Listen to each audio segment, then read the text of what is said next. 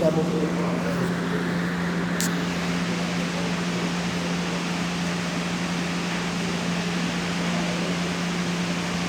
ये क्या है कि क्लास 9 में क्वेश्चन आता है, इसमें आता है कि find out the refractive index of alcohol with respect to kerosene.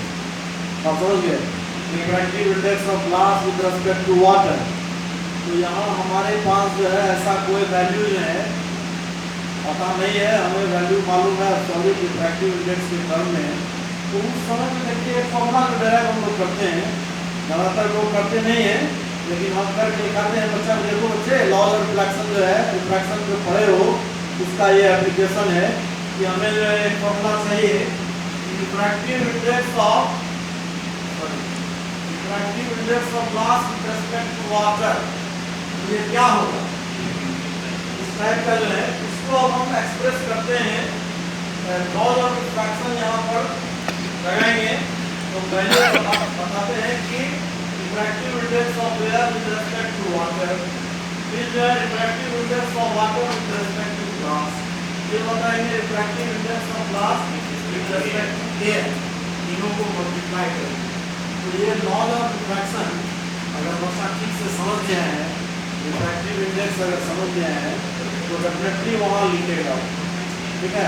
और आपका आंसर क्या होगा, इसका फॉर्मूला क्या होगा बताइए। Refractive index of glass with respect to water का जो फॉर्मूला है फाइनली जो हमें मिल रहा है, और इसका final formula how to write it, ये होगा म्यू जी बाय म्यू डब्ल्यू। क्या madam? Refractive index of glass with respect to air, mu g by mu डब्ल्यू divided by refractive index of water with respect to air. दोनों को क्या कर दिया हम लोग, एब्सोल्यूट रिफ्रैक्टिव के टर्म में चले गए जो वैल्यू हमें मालूम है। आप समझ गए?